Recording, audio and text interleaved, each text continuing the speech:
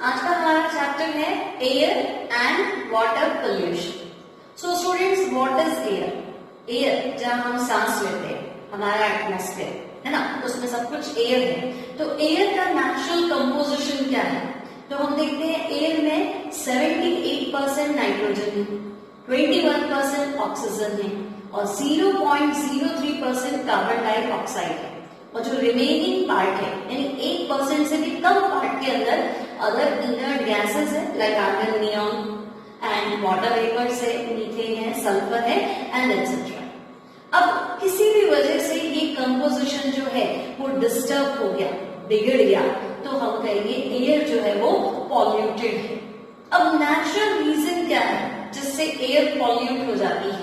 तो हम देखते हैं वॉल्केनिक इरप्शन, कहीं ज्वालामुखी फटता है, फॉरेस्ट फायर, जंगल में आग लग जाती है, man made causes like factories, vehicle, construction and mining, है ना। फैक्ट्री से निकलने वाला जो धुआं है, गाड़ियों से निकलने वाला धुआं है, कंस्ट्रक्शन से जो डस्ट होती है, माइनिंग से जो डस्ट है, सैंड पार्टिकल्स है etcetera are responsible for increasing amount of gases like dust particles and smoke in atmosphere. इन सब की वजह से एयर का कंपोजिशन डिस्टर्ब हो जाता है और एयर जो है वो पॉल्यूटेड हो जाती है।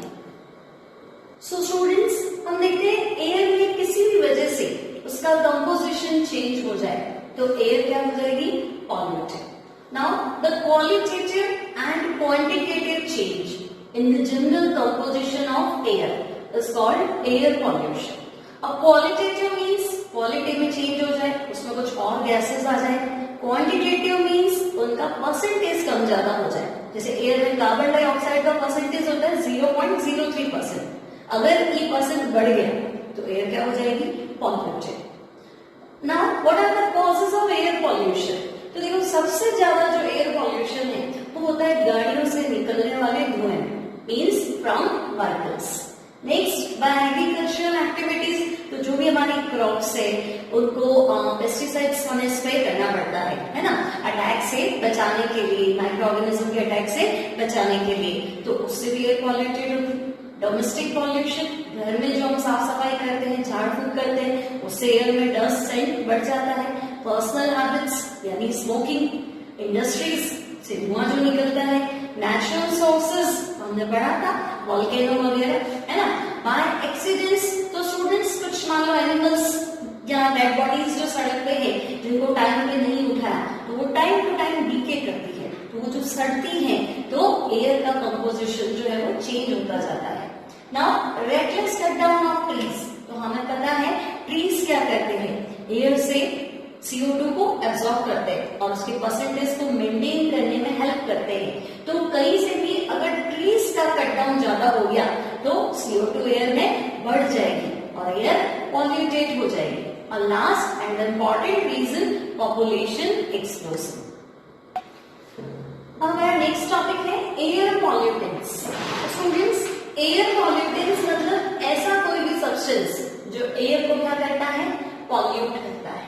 For example, carbon monoxide, carbon dioxide, oxides of nitrogen, nitrogen oxide, nitric oxide, nitrous oxide etcetera.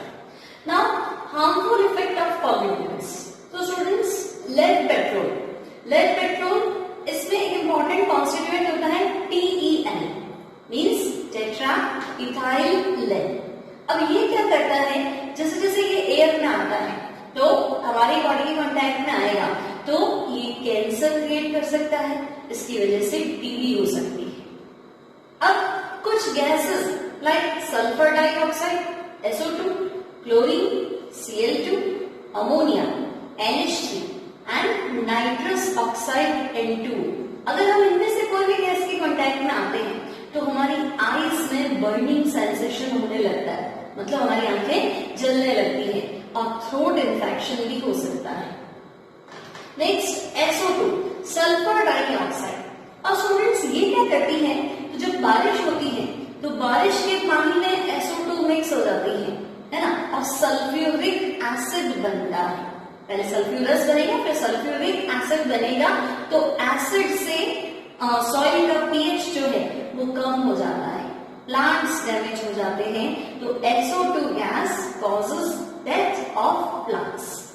Next है क्लोरोफ्लोरोकार्बन, जिसे हम कहते हैं CFC, क्लोरोफ्लोरोकार्बन ऑफ फ्रेयन।